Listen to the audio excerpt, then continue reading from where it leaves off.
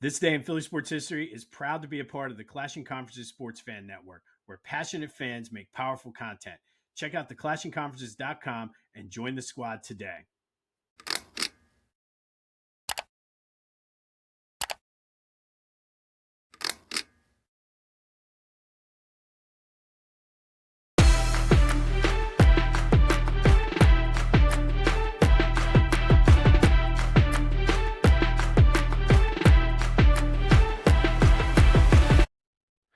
What's up, everyone? Welcome to This Day in Philly Sports History for August 11th, 2025. I'm your host, Jim Montgomery. Welcome to a Monday edition of the podcast. Let's rewind the weekend like we do every weekend here. Brought to you always by Philly Goat. Go to phillygoat.com. Use that promo code Jim Montgomery to take 10% off of your order. They have you covered for all your Philly sports apparel needs. All right, let's start with the Phils. Great weekend for the Phils. Swept the Rangers down in Texas, a place that's been a house of horrors for them. I was talking with my kids over the weekend, and last time the Phillies won down in Texas, they weren't even born yet. So good series for the Phils. 9-1 Friday night. Broke it open in the ninth. Christopher Sanchez was okay. Did what he had to do, but did seem like he was struggling through that a little bit. Brandon Marsh had a big game. Schwarber hit home run number 41. And then Saturday, 3-2, they came back. Luzardo settled in nicely. Max Kepler with a big day, and who's been very good since the trade deadline. And then, of course, yesterday, 4-2, situational hitting. Great defense, solid pitching from Zach Wheeler. He didn't have his best stuff, but labored through and got the help the Phils get the win. So overall, a good weekend. They move on to Cincinnati this week. I believe Taijuan Walker will be on the mound tonight. But you got to love it when you sweep, and then the Mets get swept. So the Phils have a 5.5 game lead right now. But a good weekend for the Phils. Bottom of the order seems to be hitting well. Shout out to my boy Jacket for that little bit. I told him I'd shout him out for that. But in all seriousness, the 6, 7, 8, 9 hitters have been doing their jobs, specifically the outfielders after the trade deadline. So you love to see it. It is a decent problem to have. But yesterday, I really enjoyed that game yesterday because good situational baseball. And I saw some people saying, why do you have Sosa bunting on a 3-0 count? And that's like the perfect bunt pitch. You know it's probably going to be right down the middle. Got the runner over. The runner ended up coming in to score. I just don't get it. That is what we've been begging for the longest time now. They're playing small ball. They're getting it done. And now you have a lights-out closer. That was a solid weekend for the Phils. So we'll take it. All of a sudden, they're up 5.5 games on the Mets, who are in a tailspin right now. And you have to love it. Some just news and notes. Alvarado is set to come up next week. He's been pitching down in up in Lehigh Valley. David Robertson was added to the active roster yesterday. Alec Boehm made a rehab start in Lehigh Valley yesterday, went 0 for 4, but played solid defense. So as he's trying to work through and get back up to the team. So help is on the way for a team that seems to be kind of putting it together. I don't know if it's a combo of Duran and Bader, but they have a little bit of swag, which I like. And I think that's what this team has been missing since 2022, to be completely honest. So if that's going to be the way they're playing, I will gladly take it. I saw a ridiculous stat that I believe after yesterday's game now, they're 58-2 when they lead after 7. And that was with the crappy bullpen for the most part. But now with Duran there, I think that number is going to completely continue to grow. So good weekend for the Phils. They're on to Cincinnati for a Monday, Tuesday, Wednesday series. I believe it's Luzardo, Ranger, and then Sanchez on Wednesday. So gotta love it. I'll take it, especially because Mets fans are a mess right now. So great weekend for the Phils. did get to go to Lehigh Valley on Friday night, and just Justin Crawford is, I don't know where you're going to put him right now, but he is ready. I feel he was far and away the best player on the field on Friday night. Hit a leadoff home run, stole some bases, played some great defense, and competition is good. I mean, the fact that these outfielders are all stepping up right now makes it easier to leave Crawford down there. It's tough to take any of these guys out, but Justin Crawford, I believe, is the real deal. Like I said, far and away the best player on the field on Friday night. And if you haven't ever been to the Lehigh Valley Coca-Cola Stadium, it's a great atmosphere. It's good for kids. We've done Reading before, and Reading's fun because it's an old ballpark, very intimate. So at Coca-Cola, it's a little bit, you're not as intimate as you are where, like in Reading, the players come right out of the locker room across the concourse. But it's a great fan experience. I highly recommend it. Much, much cheaper than Citizens Bank Park too. So if you're looking for a budget-friendly way, and this isn't by no means, I'm not getting paid anything for this, but very, very budget-friendly up at Coca-Cola Park. But Justin Crawford looks good. I think if he has to come up, I think he'll be able to contribute immediately. So there's my little rant on that. And like I said, great weekend for the Phils. I couldn't be happier because this is the time you want to start putting it together and going a run near the end of this month and into September. I mean, it's going to be a fun little stretch run here. So looking forward to that. Union tied Toronto over the weekend, 1-1. Indiana Vasilev scored the Union goal, and then they gave up an extra time goal for the tie. Still in first place, but this is a game they should have won. Hopefully it does not come back to haunt them. I believe they have 2 games this week, the U.S. Open Cup as well as the regular MLS slate as well. Do have some Sixers news. No Christmas game for the Sixers. They've played 6 of the last 8 on Christmas. Not this year, so I don't know if that's a good thing or a bad thing. But no Sixers on Christmas this year. Shout out to the Glenmore Little League from Chester County representing the Mid-Atlantic in the Little League World Series starting on Wednesday. 3rd year in a row, we got a local team to root for, so maybe the Glenmore Eagles will get it done. But of course, we will continue to cover that. Great story. Great Little League. Kids are having a blast. So looking forward to rooting them on in the Little League World Series. And then the Eagles had their open practice yesterday, and all was good until almost the very end. Landon Dickerson was carted off, and it does not appear to be a knee injury because he was sitting in the front of the cart. However, it could be an ankle. Hopefully that's what it is. Could be an Achilles. We'll have more on that as we go, but that would be a huge blow to the offensive line. I am confident in Howie and Jeff Stoutland to have somebody ready to go in there and play, but losing Landon Dickerson is that's a huge blow for the offensive line. So we'll see how the news comes out. I haven't heard any updates or anything because it happened near the end of practice, but not good for Landon.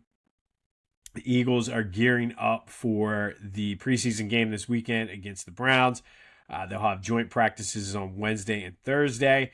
And I have in my notes, because I did this before the practice, that all is quiet, but it's not quiet anymore. The injury to Landon is definitely a little bit of a cause for concern. So we'll see how that plays out. And hopefully it's nothing major. It's just maybe an ankle injury that he won't miss a ton of times. This is purely me speculating. I don't know, but I would think if you hurt your knee, they're probably going to have it extended in the back of the cart, not sitting up front. But it could also be an Achilles, which is not good. But again, purely speculation on my part. I am not a doctor. I don't play one on TV, so I'm not even going to pretend. But we'll continue to monitor this situation as it develops. And then what happened this weekend in Philly sports history on August 9th, back in 2023, Michael Lorenzen pitched a no-hitter in his first home start in a game the Phillies won 7-0 over the Nationals. Wasn't really right the rest of the season after that, but Michael Lorenzen pitched a no-hitter on this day, or on August 9th in 2023. And then in 1919, Phillies traded for Casey Stengel. The Hall of Fame manager wasn't a Hall of Fame player. However, 2 years later in 1921, the Phillies did have two Hall of Fame coaches on their team, Casey Stengel and Greasy Neal, who would go on to win a couple of championships for the Eagles. And then August 10th, 2005, who could forget the circus that was the Terrell Owens saga? He was doing sit-ups and working out in his driveway after he got kicked out of camp. Just that whole situation is bizarre, and not even going to get into it, but man, that was brutal, the whole T.O. saga. Then in 2008, Phillies beat the Pirates 6-3. Greg Dobbs with an RBI pinch hit double. It was his 21st pinch hit that season, tying a team record that he would later break, and he still owns the record at 22. And then in 2012, the Sixers traded for Andrew Bynum in a 4-team mega deal. Bynum would never play for the Sixers, hurt his leg bowling. Yeah, that's the kicked off the process error for the Sixers. And that's what happened this weekend. Really concerned for Landon Dickerson. That's going to be a huge blow. I don't even know what to say. I haven't even had time to process it, but hopefully we're going to hope for the best here, that it's just an ankle and not an Achilles or even a knee. But not good for the Eagles. But that was Rewind the Weekend, brought to you by Philly Goat. Go to phillygoat.com. Use that promo code Jim Montgomery to take 10% off of your order. All right, let's knock out a little housekeeping. Be sure to follow me on social media, Jimbo_Mont on Twitter and TikTok. On Instagram, @PhillyJimbo. Continue to spread the word. Like, subscribe, review, comment. All that other good stuff helps out the algorithm. I typically will comment back when you make a comment, unless it's the guy on TikTok who told me my feelings were invalid. I will just ignore you. But hit me up on all of them. If you haven't checked out Friday's episode, we spent Fridays with AI, asked AI, had a little bit of fun with it to create the ultimate Philly athlete. Lots of positive and good, interesting feedback on that. A lot of people saying, was it just focused on or limited to the four major sports? I had some people say Bernard Hopkins' hands would have been a good addition, and Joe Frazier's toughness as well. So yeah, it seems as AI focused strictly on the four major sports, but certainly Bernard Hopkins' hands and Joe Frazier's toughness certainly would be a great addition to the ultimate Philly athlete. So be sure to check that out if you have not already. And then just a little side note, one of the first episodes I've ever did back when I was just doing Back to the Future came up, and man, come a long way, people. Come a long way as we're approaching year 3 here. But man, that was pretty brutal. So just goes to show, continue to work, practice, and good things will happen. All right, on Friday, the question of the day. We talked about the top 5 for the first 25 acquisitions in Philly sports history. And I had Nick Foles number 1, and I asked you, was he the best acquisition since 2000? 79% of you disagreed with me and said no. The answers were all over the board. We had Kyle Schwarber, Zach Wheeler, Saquon. Brad Lidge got a ton of support for the number 1 spot. John Runyon, somebody who wasn't even on the list. Jim Thome, who wasn't on the list. A couple people said Dikembe Mutombo. But as always, thank you for participating in the question of the day. We will have another one later in the show. And then Friday's trivia question, I asked, who are the only players in Major League Baseball history to play for the Rangers and the Phillies and hit 35 or more home runs? Pete Incaviglia was the slam dunk easy one, but then Marlon Byrd hit like 37, 38 home runs for the Rangers as well. Thank you to everybody who reached out about that as well. Packing up the whole crew for a week down the shore. Don't waste your first day dragging bags and beach chairs. Let Beach Caddy do the work. With bellhop service for move-ins and move-outs, plus beach cart rentals in Ocean City, Avalon, Sea Isle, Stone Harbor, and Wildwood, they've got your back from driveway to dune. Stress less, relax more. Book now at beachcaddy.app. Use the promo code Jimbo for 10% off your bellhop or cart rental services. Beach Caddy, because vacation should start when you get there. Best beach carts on the Jersey Shore. Book now at beachcaddy.app. Use the promo code Jimbo for 10% off your order and let Beach Caddy take the stress out of your vacation.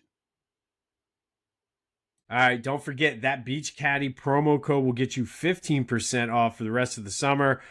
Time is running out, but there's still an opportunity to get in and do a little weekend trip to the shore, and Beach Caddy has you covered. All right, let's go into the top 5 for the first 25 of the century. Today, we're going to look at the top 5 coaches in Philly history since 2000.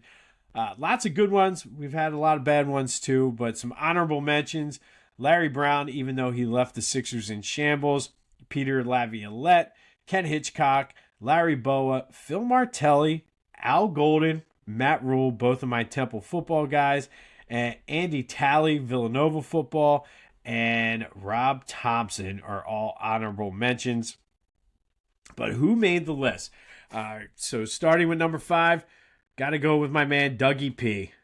Dougie Peterson won the Eagles their first Super Bowl, kept the team together after Carson Wentz went down. Started to go sour after that, but Doug Peterson, who saw something in Jalen Hurts and wanted him to play over Carson Wentz, so got to give him credit for that. But Doug Peterson, number 5 on the top 5 coaches list here since 2000. Number 4, going to stick with the Eagles and Coach Sirianni, Nick Sirianni. Again, say what you want. All he does is get the job done, and the players buy into it, winning the second Super Bowl in Eagles team history. Number 3, another Eagles coach, Andy Reid. I mean, what can you say? I mean, essentially, he was here for the first 12, 13 years of the century. Half of that time, the Eagles were always in the mix for a Super Bowl, division, NFC championship, all of that. Went on to Kansas City to have more success, but Andy Reid, number 3 on the list. Number 2, all-time coach since 2000, Charlie Manuel. Won the championship, obviously, in 2008. 5 straight division titles. Really helped to take the team that was right there, couldn't get over the hump with Larry Boa, and take them to the next level. So, Charlie, you are number 2 on the list.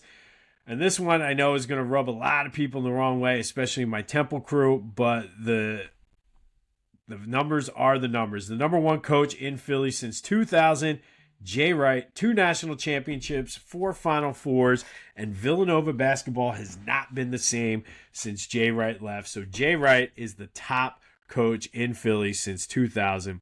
But who's too high? Who's too low? Who'd I miss? Who should have been on? I know a lot of the Temple guys are going to tell me Jay Wright shouldn't be on there, but you have to do it. If anybody wants to say John Chaney was not good after 2000, so didn't put him on there. Did give Temple some love in the honorable mentions for football, but who is too high? Who is too low? Hit me up on the Back to the Future voice and text line, 267-495-8531. Get that. Anything else Philly sports related off your chest, hit me up in the Discord channel, the first link in the description. But who would you change on the top 5 coaches since 2000 list? And then that does lead into today's trivia question. Sticking with the coaching theme, going to go back to my Temple Owls, though, and show them some love. What 3 coaches have won bowl games for the Temple Owls in their history? There are 3 of them. Hit me up and let me know which 3 head coaches have won bowl games for the Owls. All right, August 11th. We got a couple Phillies things here. First, in 1970, the Phillies beat the Astros 6-5 at the Astrodome, thanks in part to a 3-run first inning. Jim Bunning went 8 2/3, picked up the win. It was his 100th win in the National League. He became the 3rd player in Major League history to have 100 wins in each league, joining Al Orth and Cy Young. Since then, 7 more have done it, including 2 guys with Philly ties. Ferguson Jenkins, who obviously we know was traded to the Cubs from the Phillies, and Pedro Martinez, both of whom have won games with the Phillies. But Jim Bunning becomes the 3rd pitcher to win 100 games in each league on this day in 1970. Then fast forward to 2004. Phillies beat the Rockies 15-4. Jim Thome had 2 homers. Jay Roll and Chase Utley each homered.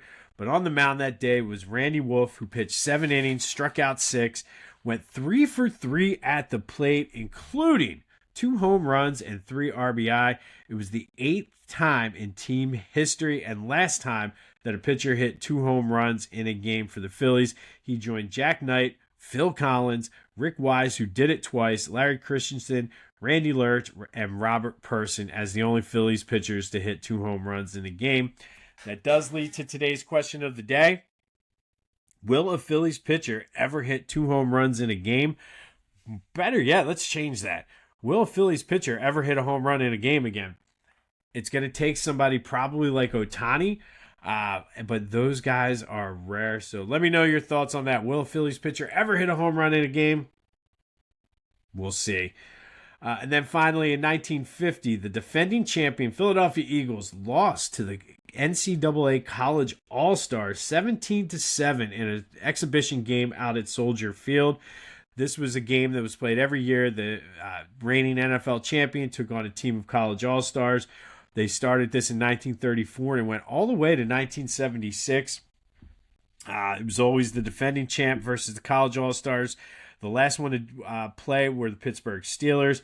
This was considered a pretty huge upset, but it kind of set the tone for the Eagles, who had a disappointing 6-6 season following up their second straight NFL championship. They did win that game in 1949 and 1961 following championships, but it's just funny because a thing like this could never happen today. And it's just a different world we live in. But I've mentioned it before on this podcast, like college was king. And the fact that they wanted to see who the best was, and the fact that it went all the way into the 70s, that I did not realize. But the Eagles lose 17-7 to the college All-Stars on this day in 1950. Like I said, be sure to like, subscribe, review, comment, all that other good stuff. Let's outsmart the algorithm and continue to grow this thing. Check out Lotwin. Fantasy football season is around the corner. Get your 3D custom hype chain. Great for winners and losers in your league.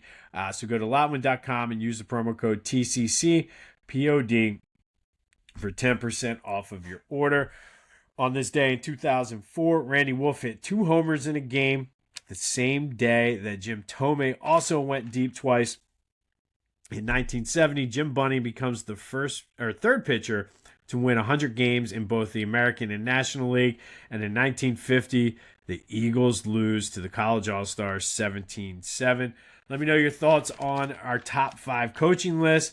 I'm sure there's some people out there who say Jay Wright's too high. So let me know. Let's have some good debate on that. We'll continue to monitor the Landon Dickerson situation. Not a good sign for the Eagles. Again, let's just hope, send out the positive vibes that it's an ankle and not an Achilles or a knee. But that's a huge blow to the offensive line. This has been This Day in Philly Sports History for August 11th, 2025. My name is Jim Montgomery. Go have yourselves a Monday. And until next time, I'll see you when I see you.